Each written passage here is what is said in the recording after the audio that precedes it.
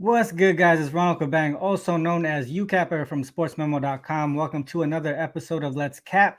Today's guest is handicapper and Twitter Spaces host and extraordinaire Chris B. Cappin. We're going to go into recapping last night's game between the Mavs and Warriors, breaking down today's game between the Heat and Celtics, running through some SDQL stuff, and then also we're gonna try and get Chris's top advice for new bettors. So that's what we're gonna have on the show today. Hopefully we have some fun with it. We get some cash. Before we go into it though, how'd you do yesterday? Did you have some plays with this Mavs and Warriors game? Man, I did, Ronald, but I did not do well at all, man. The Dallas Mavericks caused a lot of economical and monetary damage yesterday, Ronald. It was the first thing I tweeted when I woke up this morning, man. Yeah. I watched the game yesterday, man. But yeah, I went 0-2, Ronald. I had Mavs first quarter, minus the 1.5. I had Mavs first half, minus 1.5 as well. Felt Yeah. extremely confident about both. But yeah, shout out to the Golden State Warriors, man. The Mavs just didn't look like they had it. They seemed like they came out a little tight. Yep. Also, just not a lot of effort either, though, Ronald. So that kind of just put me in a bad space last night, man. I was not happy about that. I hate losing, but hopefully we can get Yeah. it back today, Ronald. I think I lost too. I had the Mavericks as well, full game.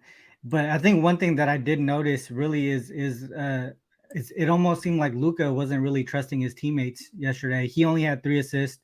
The other thing is, obviously you gotta your teammates gotta make the shots, right? So there were opportunities for his teammates to make the shots. They didn't get it done. Then the rest of the way, he kind of was just like, well, I need to do it on my own. You can kind of see, especially in the second half, where he would dribble basically till like five seconds left in the shot clock, and then it would be a rush shot at the end, really. And really that's on the actual point guard, right? Because you can't set up the offense in a way that puts your teammates in a position to have to rush into a shot, right? So I mean, I think yes, he could have had more assists, but at the same time, you know he kind of put that on himself, that he put his players in bad positions to score. Another thing too, in that second half when Dallas was making a run, they had the lead. Go like with few minutes left going into the half. Luka came in and he kind of took over the ball handling role from Brunson and Dinwiddie. And they were moving the ball well, with him on the bench. And then when Luka came in, all of a sudden it was 1-on-1 again. You know what I mean? So I think there was a lot of things that you could take away from this game here. And hopefully they adjust in the next one. What are your thoughts on what needs to be adjusted for the Mavs to actually get a win in this series? So for me, Ronald, what I was looking at was, just the eye test, man. I just didn't like the fact that the Mavs were dominating the rebound. I think rebounding is so important in the playoffs, Ronald. And what was it? It was 47 to 33. So they out 47-33, yeah. rebounded. Yeah, they out rebounded them for the full game. But a lot of those were like, offensive rebounds too, right? So, offensive rebounds 14-7 in a must-win game coming back home run, you cannot allow that. Not to Mhm. a Dallas Maverick, not to a Golden State team that isn't even really known for its size. But shout out to Golden State. I don't want to take away from anything that they were able to do, because I think you could kind of tell, in the first couple minutes that they were really locked in and they were going to Mhm. really try to come in here and steal a game. You kind of saw the defensive intensity, and you could kind of tell because 3 minutes into the game, Ronald, especially in a do or die game at home, if that crowd isn't rocking, then that it's probably for a bad reason. So I didn't feel good about the first quarter, Yeah. within the first couple minutes of the game. And like I said, I think Dallas came out, extremely tight. But for me, it was an effort thing, like you said, Ronald. I just feel like you can't get out rebounded, especially offensively. You can't let them double the offensive rebounds that you have, Mhm. throughout the game. And for me, that's what it was. Because even when Dallas was able to play enough defense, Ronald, which they did, limiting Golden State to 109 points and even 46 at halftime. I'm sorry, 48 at halftime. That's really good defense. But you have to be the last line of really good defense is getting that defensive rebound, Ronald. And because they weren't able to, Golden State was able to capitalize on some, some second chance opportunities. And with a team that's Yeah. known for their offensive intensity and, known more for their offense than their defense and winning games, I just feel like you can't give those teams those second chances. And I think ultimately that's what bit them bit them in the butt on the defensive end. Offensively, Yeah. like you said, they were able to get hot at the right time. Timely shots, from a veteran team. I think Clay hit a couple. Of course, Steph, did his thing. That's why BB said Mavs in 7. I hope that'd be nice. That was my original prediction, Ronald. Shout out to YBBS. Yeah, that was my original prediction, was Mavs in 7. But yeah, man, if those guys aren't able to penetrate and get to the rim more like they did, in the last game, and Luka's not, trusting his teammates, like you said, Ronald, it's gonna be a really quick series, man. Really quick Yeah. series. Yeah, I mean, like I said, I don't blame him. You see Bullock 0 for 7, Cleaver 0 for 5. I mean, that's tough. I mean, yeah, it makes it tough to trust your teammates, but at the same time, you are here in the playoffs for a reason. Is because of your teammates. You can't lose that trust just because they're running on a cold streak. Just continue to play your offense, and you can't play one-on-one ball against a team defense like the Warriors. So yeah, that is the recap there for yesterday's game. We'll see how it goes in game 4. Hopefully the Mavs don't get swept. But yeah, that's the recap there. Let's move on to the Heat and the Celtics today. We see let's see if the line has changed a little bit. So what I saw the line at, so it opened up at 7 this morning when I woke up. I seen it at -6. And then once the Hero news of him coming being out for the game, it moved back up to 7. So that's how the line went. And then on the total, opened up at 208.5, went down to 206.5, I think, right away after the Hero news. And then now I'm seeing 206, and even I see a 205.5. So what are your thoughts on this one and the impact of Hero being out of this game? Man, Ron, so we saw we saw like a lot of, I don't even know if I would say extremely uncharacteristic, but just a lot of bad things from the Boston team in the last game, Ronald. I think if you would have asked anybody coming home after such a big win in Miami, if they would think that Miami wins the game, but you know Jimmy Butler and Tyler Hero only combined for 16 points, you would have been like, no way, that's crazy. No way they're going to win Yeah. this game if they only have 16 points. But shout out to Bam Adebayo. Shout out to PJ Tucker and the referees for, letting them play as physical Yeah. as they did, because I think the physicality had a lot to do with it. For me, Ronald, like you said, the line I think is extremely sharp. I can only look towards Boston in this game. I don't have any tickets on it, but just kind of looking through some of the listening to some of the post game interviews, I heard words, Ronald, like defensive intensity, urgency, physicality. These were all words that were used in the post game interviews that used by the Boston Celtics players. Crediting the Miami Heat for just being better in all of those areas. In game 3. And I expect roles to be flipped tonight in Boston and them to be the more desperate team to avoid going down 3-1 and losing back-to-back home games before returning back to Miami for game 5, right? Because that you don't put yourself in a very good situation. So a couple trends, Ronald, that I was looking into that kind of back Miami, even though I'm not looking at that. But for your viewers, I do want to, give them both sides of the coin, right? So the Heat are Yeah. 7-1 ATS in their last 8 road games versus a team with a home win percentage of 60% or better. They're also 4-1 ATS in their last 5 meetings in Boston, so they typically travel well to Boston. And without Robert Williams this season, I was looking at some SDQL stuff, Ronald. Without Robert Williams this season, the Celtics are 13-15 straight up, and 17-11 to the under. The Heat, and then if you look at that as well, and this might correlate with that under that you were talking about, Ronald. Even though without Robert Williams, the total will go over, but he's still questionable. We don't know for sure. Udoka said that he'll be day to day probably throughout the whole rest of the playoffs. But if you think about Tyler Hero, the Heat's offense with Hero in the game this season, they've averaged 110 points. And without Hero, they've averaged 106 points. So you do see a 4-point difference between, how many points they're scoring per game. But so those are the things that kind of back the Miami side. But I'm not on Miami, Ronald. I haven't placed a ticket, but if I place one, it's definitely going to be on Boston tonight. So what I'm looking at, Ronald, I'm looking at some things to kind of regress back to the mean, right? I'm looking Yeah. at you know, even without Robert Williams, I don't expect a 23-8 turnover differential in this game, Ronald, which we saw in the last game, right? I think Boston cleans up the turnovers. They talked about it a lot. Within the post conference, the post game interview, from Udoka to Jaylen Brown to Jason Tatum, even Al Horford was talking about it. Mm-hmm.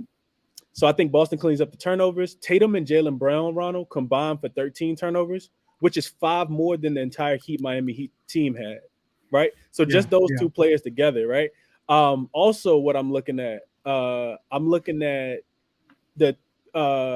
I don't expect Boston to lose the points off turnover battle in the way that they did, right? They lost Mm-hmm. 33-9 on points off turnovers, Ronald, because Boston didn't take care of the ball. And like I said, Yeah. I expect them to take care of the ball. I expect Boston to have a game plan for Bam Adebayo, knowing that Tyler Hero's not playing in this game, knowing that Jimmy Butler's dealing with some knee soreness, even though knee inflammation, which even though I think it won't impact them as much, and he'll be ready to go for this game.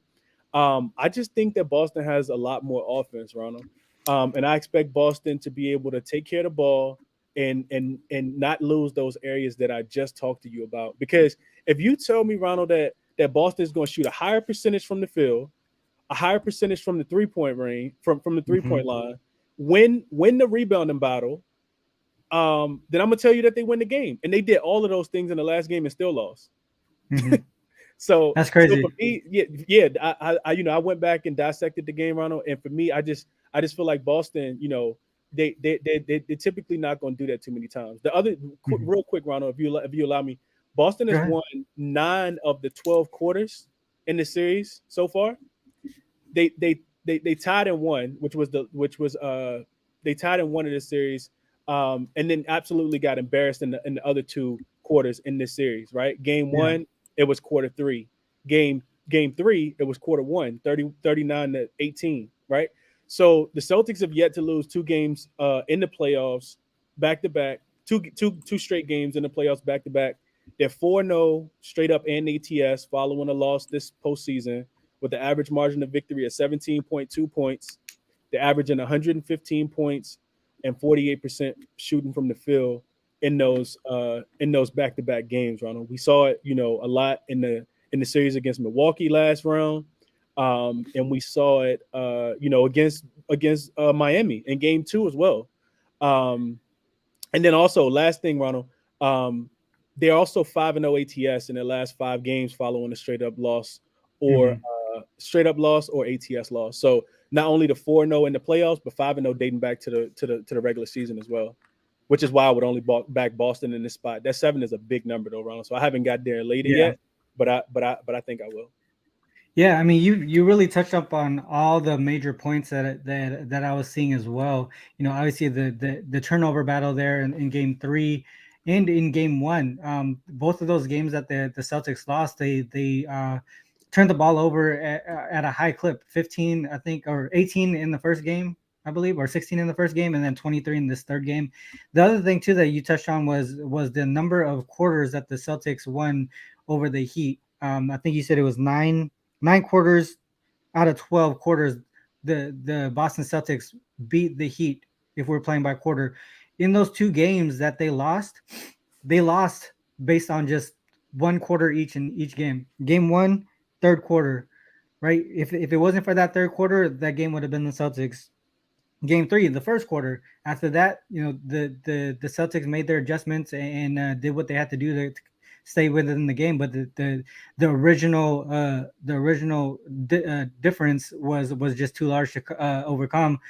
So to me, like you said, I think the turnover battle here, if it comes back to a little bit of a normal clip for the Celtics, the Boston Celtics, they're not having issues scoring the ball. It's just really taking care of the ball. That's the problem here is Miami's getting more opportunities to score than the Celtics are, even though the Celtics are hitting at a higher clip. The thing here with the injuries, right? Harrell. being out here obviously affects the offensive side of the ball, especially with the second unit. But the thing is, he hasn't been blowing up in the playoffs like he was in the regular season, and Oladipo has shown that he's capable of playing extended minutes here in the playoffs, and not only is he doing well, taking he's doing well offensively. He's not scoring at a high clip, but he's managing his game well. The other piece is his defense that he brings to the table is way much more of an impact than Harrow. Like in the last game, he had 4 steals in limited minutes. So that's something that Oladipo brings to the table here, and why I would look towards the under in this one as well is the defensive impact that, or the gap in points scored, and then also the defensive impact that Oladipo mentioned. Oladipo brings, and you touched on Harrow, Miami not playing with Harrow, and how the point average points per game goes down about 4 points or so. So those are things that you want to look at, and how it would impact the game. But also on the Celtics side, we don't know what's going to happen with Robert Williams and Marcus Smart. Both seem to be true game time decisions here. So the thing is, I probably wouldn't place any bets here at this point until I have a better understanding. If it goes from doubtful to probable, I'm gonna play the Celtics. And with that too, the note is as soon as that news comes out that they move to probable, you got to jump on it quick, because you're going to see the line move from -7 to maybe -8, -9, depending on if both of them go to probable, right? If it's just one or the other, it's not gonna jump that much. But if both of them go from doubtful to probable, there's gonna be a multiplier here, right? Because you bring in 2 key players, they bring the defensive aspect of it, so that's gonna move the line and the total a little bit more, based on them playing. So I would wait if you want to place a bet on this game. I would wait to hear the official status for those guys. If they're both out, then obviously the line's going to go down. But to me, I think in this spot here, even without Smart and Williams, they still have a possibility of winning this game, in my opinion. I think they have the tools, they have the coaching, they have the depth to be able to do it. But obviously the line's going to move down, so that's going to help our case a little bit more as far as covering the spread. But to me, the only way that I could look is towards the Celtics, and a look towards the under as well. I'm just gonna go through the chat real quick to see anything, any added words here, Chris, based on what I said. Excellent points, Ronald. I think YBBS has a really great trend that he put up here in the chat too. Ronald, playoff favorites of at least 6 points, avenging a playoff loss as a favorite, have gone 25-8-1, which is a 76% hit rate. Historically, these teams are 31-3 straight up, and average win margin is 13.5. I think that's so true, Ronald. And then to your point, Ronald, I think like even though Robert Williams and Marcus Smart are like you said, like really game time decisions, the Vegas and the odds makers still won't give us a discount on Boston at all, right? Like you still have to lay the 7, right? Like we can't get like a 5.5 or like, and it's so crazy that Boston is even after Miami won that game, Boston, they're still not showing Miami any respect at all. And that line is, extremely high. It's even bigger this game with the questionable Marcus Smart than it was last game, and it's interesting, Ron. One thing that John Ryan brought up in the Triple Double show this morning was that I didn't actually look it up myself, but from what he told me was the series line right now is basically at a pick-up -110 each way, and the fact that the Miami Heat is already up 2-1, right? I feel like that kind of tells us a little bit of a story here, right? We're expecting the Celtics to win this one to tie it up. In my opinion, that's what the series line is telling me. What are your thoughts on like reading the lines in that specific way, right? Especially in the playoffs, right? The series here is at pick'em. Miami Heat is up 2-1 in the series. Like, isn't it supposed to be like Miami as a favorite at this point, right? What is the line telling us here? What is your opinion on that? Exactly what you said, Ronald. I think you summed it up perfectly. Is that the Vegas doesn't trust, they don't trust the Miami Heat specifically in this spot, and they know how well Boston can play on the road as well. I mean, we saw them; they absolutely dominated game 2. Yeah. And of course, losing game 3, they now of course have to win a game in Boston. I'm sorry, win a game in Miami again, because Miami just stole the home court back from them. But Vegas is telling you that they're totally capable of doing so, Ronald. Because if not, like you said, you take that 110, that minus 110 either way right now line into effect, and then you simplify that, or you add to that in today's game, Boston is already 7-point favorites with 2 starters being listed as questionable, and it tells Yeah. you how much more you know how much more Vegas expects Boston to win this series than Miami. So yeah, Ronald, I think you hit it on the head though. That's the only thing I would add. Dope. Yeah, it makes a lot of sense to me as well. Fremont line is telling us Smack City. Let's go. Right. But yeah, that's the that's the Miami Heat Celtics. I think, in my opinion, I would wait for a bit of a clearer understanding of Marcus Smart and Robert Williams' status here. So in that case, for me, the only way I could look really is the Celtics. Probably first half, in my opinion, would probably be one of the better bets, because obviously you don't want to go against Spoelstra in his second half, adjusting, his coaching ability there. And when it comes down to it, this is one game per day now, right? In the playoffs, the lines are mad sharp, and you just really want to make the best decision as possible. So, taking all the information that we've brought up, and just kind of seeing from that point, right? We're seeing angles from both sides, like Chris mentioned. You got to see from both sides, and then take that information and make your best possible decision. And to me, it would be the Celtics here. What would you, if you were to place a bet at this moment in time, what would it be? I would lay the 7 with the Celtics right now, Ronald. Yeah. Just based on some of the stuff that I gave you, I think average margin of victory Mhm. after a previous loss is 17.2 points, and then YBBS gave up the historical trend as well. The average margin of victory is 13.5. Seeing those statistics, Ronald, make me a little more willing to lay the 7, even though 7 is a really really big number. But we've Yeah. seen Boston do it before, specifically at home. I think their margin of victory was 14.9 points before the loss. So of course it's decreased now, specifically in home games. Yeah. Ronald, but I got a question for you, Ronald, especially now that I see you on the SDQL stuff. Yeah. If we Yeah. wanted to, because I was interested as well. A lot of the times we look for the motivational spot, and if Boston is going to win this game, Ronald, which we both anticipate that they will, we do expect them to come out hot and just kind of punch first, versus being punched, as they did in the last game. We've seen that zigzag kind of go back and forth between these two teams in this series. So Ronald, what would could we look at how well um, Boston does specifically in the first quarter when they are avenging those losses, specifically in the playoffs? Yeah, real quick too. I brought this up earlier because you mentioned it. The Celtics without Robert Williams here. So this is Give Me the Dog here, one of the sites I use, and now Chris is using, and a lot of the guys in the chat here, we use this as a database, um, to pull up information. One thing I brought up here is that this season, the Celtics without Robert Williams. So Robert Williams played 0 minutes in the game.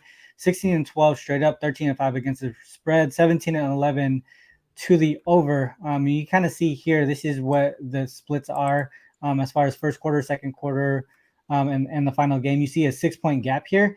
And obviously, in the last one, you can see how spot on that was as far as the side goes. It was right at the -6. And sorry, it was right at -6, straight up margin here, for towards the Heat. So you can see that, obviously it's kind of pretty spot on at that point. Then you were mentioning then Celtics in revenge spots, right? Yes, Celtics and revenge spot, specifically early, like you said, Ronald, to see if it make more sense to play the first quarter or the first half, or maybe split a unit down the middle and play both. I was leaning more towards the first half too, but I do think that they could get out to the bigger, first half, first quarter adjustments, Ronald. Just because, like you said, the Spoelstra in the third quarter is a different animal. Him and Steve Kerr are amazing Yeah. at what they can, the halftime adjustments. I would throw Tyronn Lue in that conversation as well, but he's done for the season watching like us. All right, let me bring up.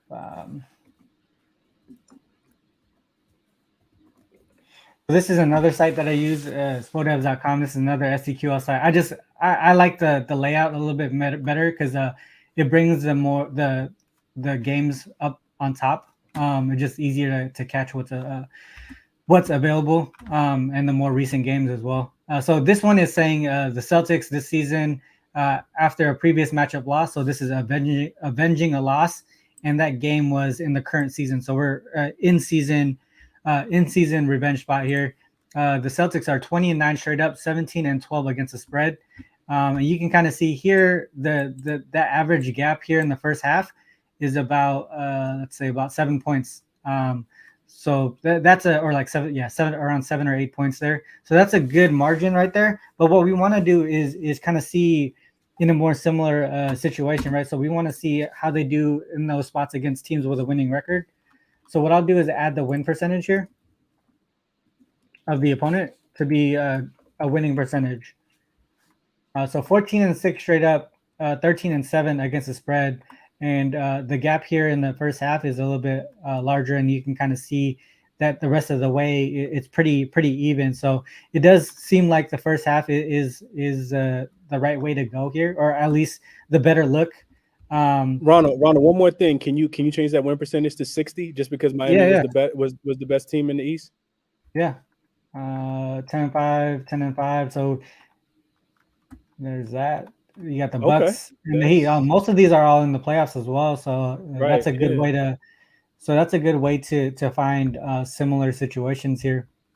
That first quarter was -2.5, Ronald. I think that number is extremely sharp.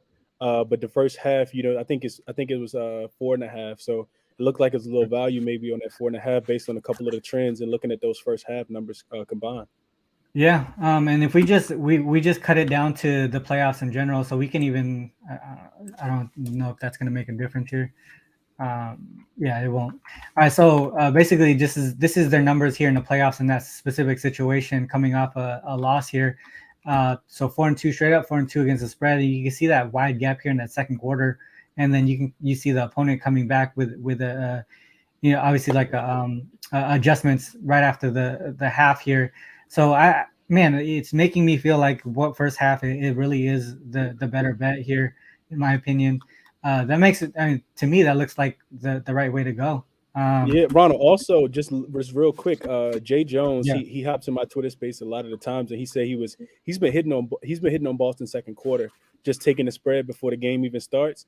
And all of your trends so far, Boston is the better second quarter team, and the margin is even bigger in the second quarter than it is in the first quarter. So that's a really good trend as well. And I think that also goes to the depth of the Celtics second unit, and then also now you're seeing Harrell being out for their second unit on the Miami side, so that does give the advantage more so to the Celtics than the Miami Heat. So yeah, I mean, like if you're playing quarters, that seems like the right bet too. This case is making me look towards the Celtics first half, in my opinion. If you guys in the chat, what do you guys think about this information here? Is it making you lean a certain way or whatever? Just add some stuff in the chat room there. We'll get to it. But yeah, I mean, that's pretty much the SDQL piece. I mean, we're pulling up information here that helps us make better decisions. We can try to bring up the Miami Heat here on the other side too, and just see how they do in situations where they're coming off a win.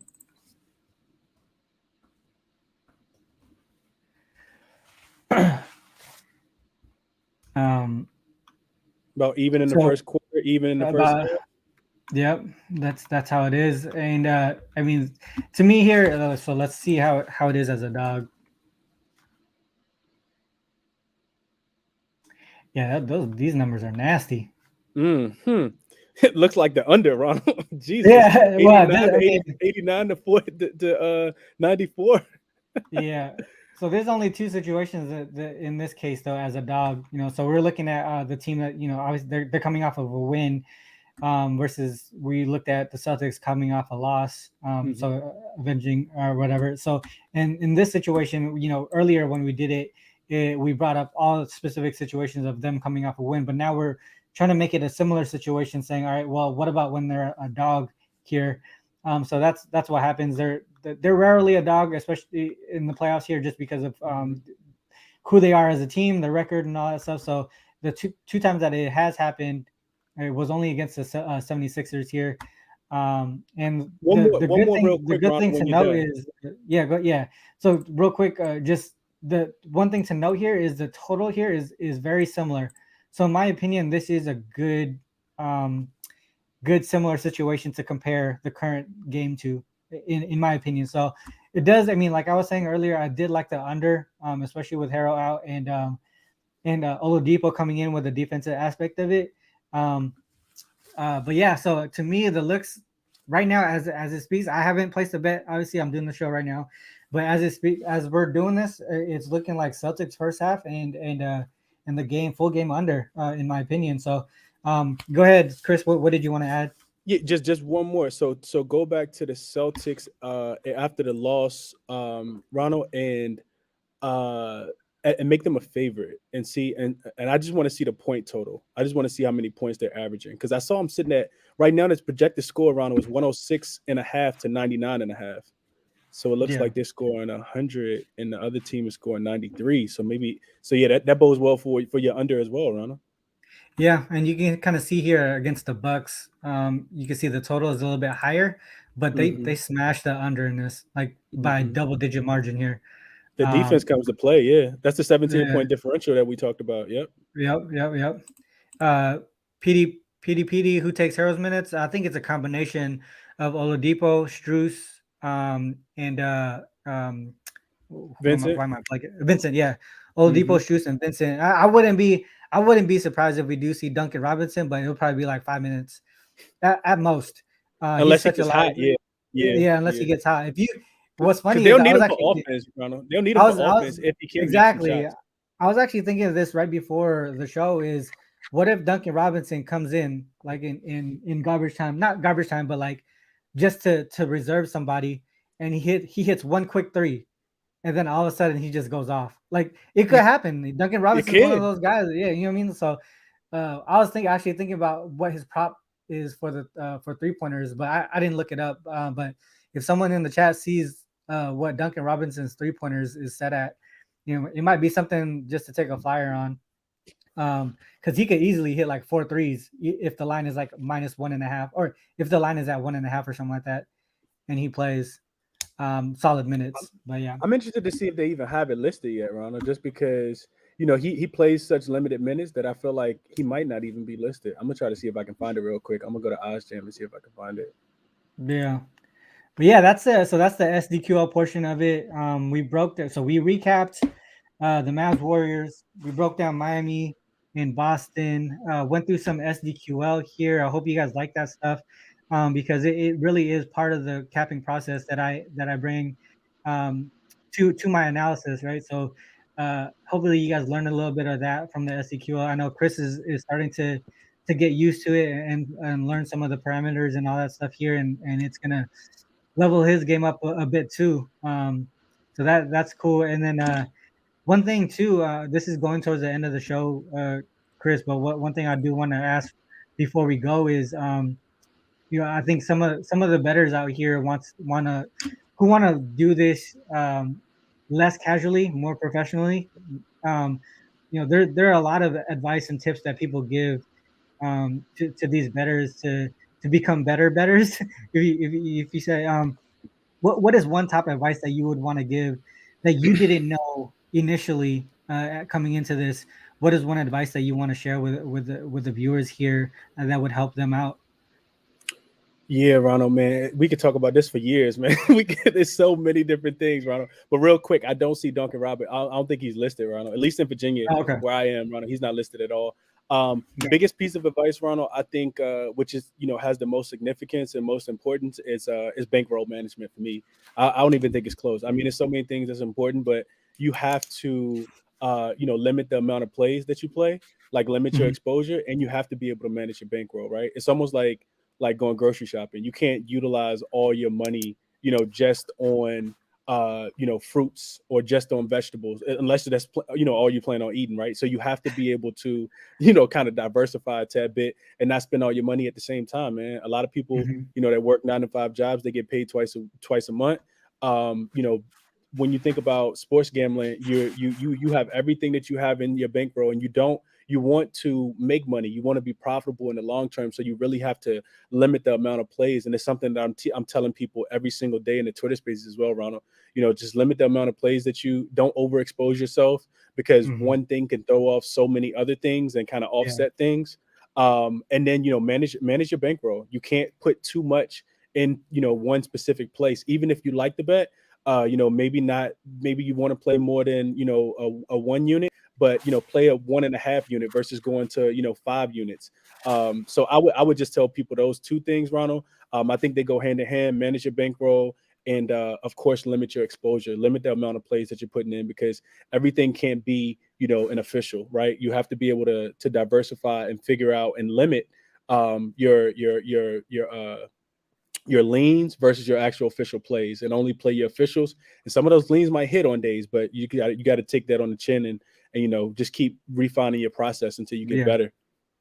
Yeah, one thing to note too, like you're talking about leans versus officials. One thing that I talked to Ski Profit about was, how because he went from being like a low volume better to a high volume better.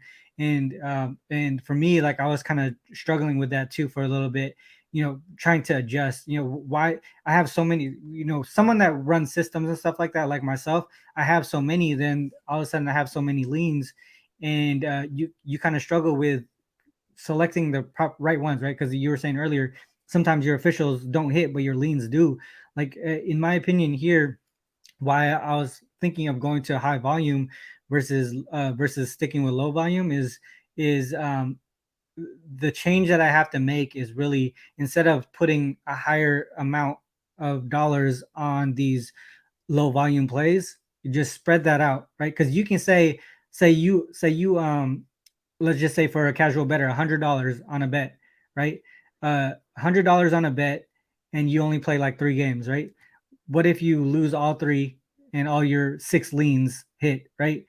Well, what you can do is separate that out and just say, all right, well, instead of $100 on 3 plays, on all 9 plays, I'll do $10 or whatever it might be. Right? You're spreading out your units here, and at the end of the day, the win percentage and all that stuff, it does matter, but at the same time, it matters less, right? Because you're not losing $100 on a game, you're only losing $10 on a game.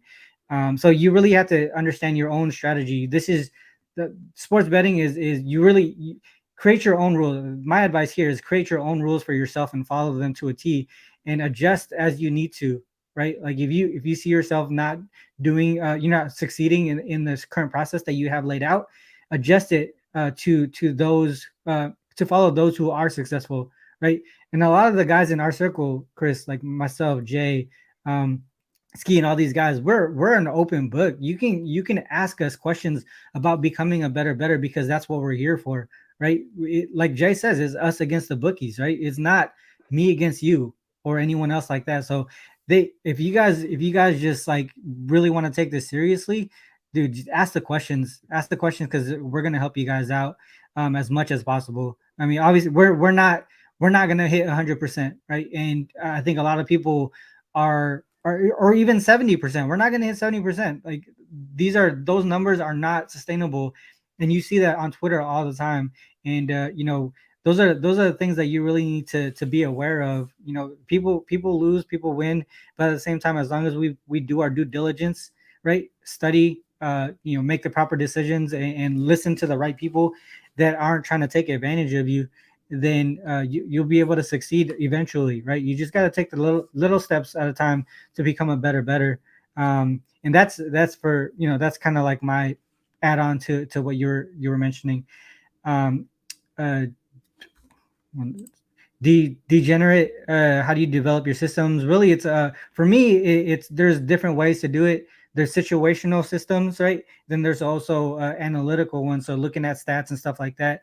You can create your own system using tools like the SPO devs one is good for situational stuff, right? Like teams coming off of a loss, or things like that. And then more so with an analytics, you can do that like within Excel.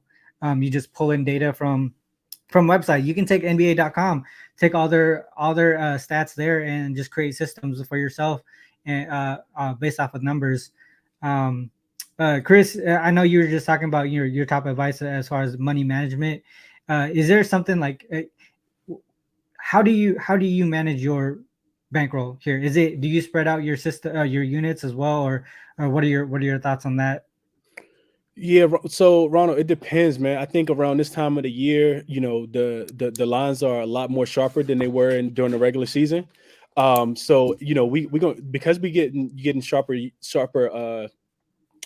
numbers. For me, I think it's important to limit my the amount of bets that I placed during that time, right? So in the regular season, yeah, I was giving out maybe 5, 6, 7 plays a day sometimes, and I had days where I went 7-0 or 6-1 or 5-2, some 4-3 days, but most of the time those were really good days.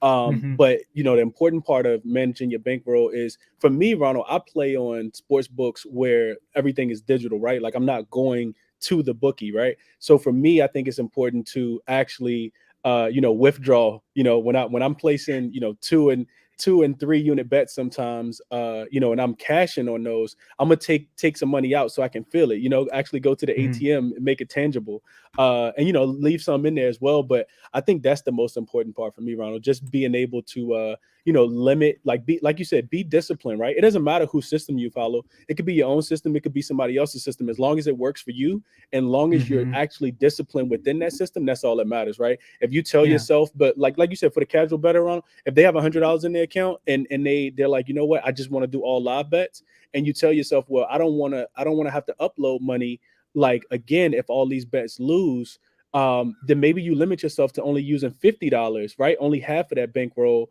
to do those live bets. So that way, no matter if you win or lose, you still got half of your bankroll in for tomorrow, right? Hmm. No, Hmm. because we always gonna have more action, right? Or maybe you only use 25% of that, so you only use $25 of that, and you make $5 bets, right? Or whatever the case might Hmm. be. Just to, but it's really important, like you said, Ronald. I think the name of the game is all discipline, right? Discipline Yeah. when it comes to overexposure, discipline when it comes to your system, Yeah. discipline when it comes to bankroll management. So yeah. Yeah, the more serious you're taking sports betting, the more disciplined you have to be. You can't just like, I mean, if this like I quit my job and I have to win, right? This is what I have to do. I have to win to maintain this career. So you just got to be a lot more serious and take it more seriously. So yeah, man, that good advice there. I do want to touch on one more thing on before we cut out though. I need money. Any opinions on Bam's point props? Bam's point props. I would stay away from anything with Bam until we understand the status of Robert Williams. You can kind of see how Bam took advantage of Robert Williams not being there in the paint defensively. And they also made the adjustment to have Bam bring the ball up because Tease and other guys cannot stay with Bam off the dribble. You've seen that right away off the bat from first in the first quarter, and if Robert Williams is there, he's going to be able to contain that. So I wouldn't touch anything with Bam's props until we understand the status of Robert Williams. Um, on that note, guys, this is the end of the show. We went a little bit longer than expected, but I think the conversation that we had, especially with the bankroll management and just becoming a more disciplined better, is something that we need to continue to pass on to newer betters. And hopefully you guys like that information. Hopefully you guys like our breakdown and the SDQL piece of it. Like I said, this is the end of the show. Thank you guys all for tuning in on YouTube and on Twitter. If you're on YouTube, make sure you hit the like and subscribe button before you bounce. Make sure you check out the links in the description as well. And as always, I always have to end with this. Please remember, whether you fade us or follow us, it's on you to make that call. Good luck on all your action. Till next time, peace.